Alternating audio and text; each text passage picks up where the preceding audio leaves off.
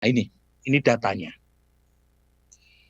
Data kami menunjukkan survei indikator 1 sampai 3 Februari yang mengatakan sangat bersedia itu 15,8%.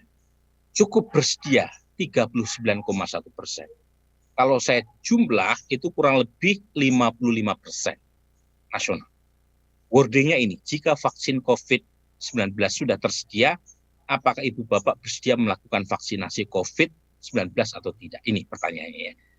Yang mengagetkan saya secara pribadi, meskipun surveinya sudah dilakukan setelah presiden sendiri langsung menjadi orang pertama ya untuk divaksin, itu masih banyak yang nggak bersedia. Total tuh 41%. Kurang bersedia atau sangat tidak bersedia. Survei kami di bulan Desember yang tidak bersedia atau sangat tidak bersedia 43%. Jadi turun hanya 2%. Efek Presiden Jokowi ada, tetapi efeknya cuma 2%. Menurunkan mereka yang awalnya tidak bersedia menjadi bersedia. Tetapi yang kurang bersedia atau sangat tidak bersedia ini terlalu besar buat saya ya. Saya kira yang lain juga punya perasaan yang sama. Karena masih ada juga nih 4,2% yang nggak mau jawab. Jadi 41% di bulan Februari itu bukan angka yang kecil. Ini bisa menjadi masalah karena vaksinasi itu pada dasarnya bicara untuk kepentingan bersama. Kalau misalnya Mbak Feli, Rifana, Mas Ganjar, Kang Emil, Mbak Bu Erlina bersedia divaksin tetapi tetangganya nggak mau divaksin, kan nggak fair juga sama kita ya.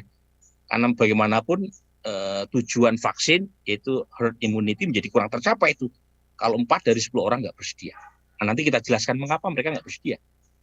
Nah ini yang paling tinggi nih Bu. Nih, jadi sekarang semua pihak, terutama yang punya otoritas bicara tentang masalah kesehatan, 41% orang yang nggak bersedia tadi, itu 54% diantaranya, jadi lebih dari separuh, itu merasa vaksin itu efek sampingnya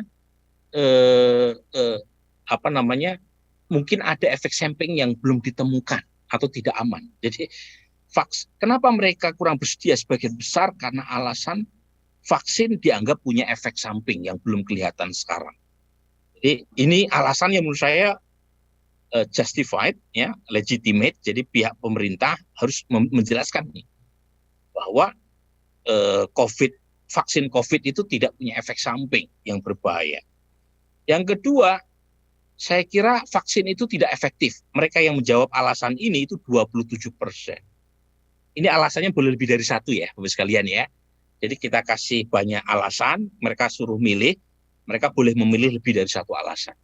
Yang ketiga, saya rasa saya tidak membutuhkan, karena mereka merasa badannya sehat. Itu 23,8%. Saya tidak mau membayar untuk mendapat vaksin. Jadi masih ada juga anggapan vaksin itu tidak gratisan.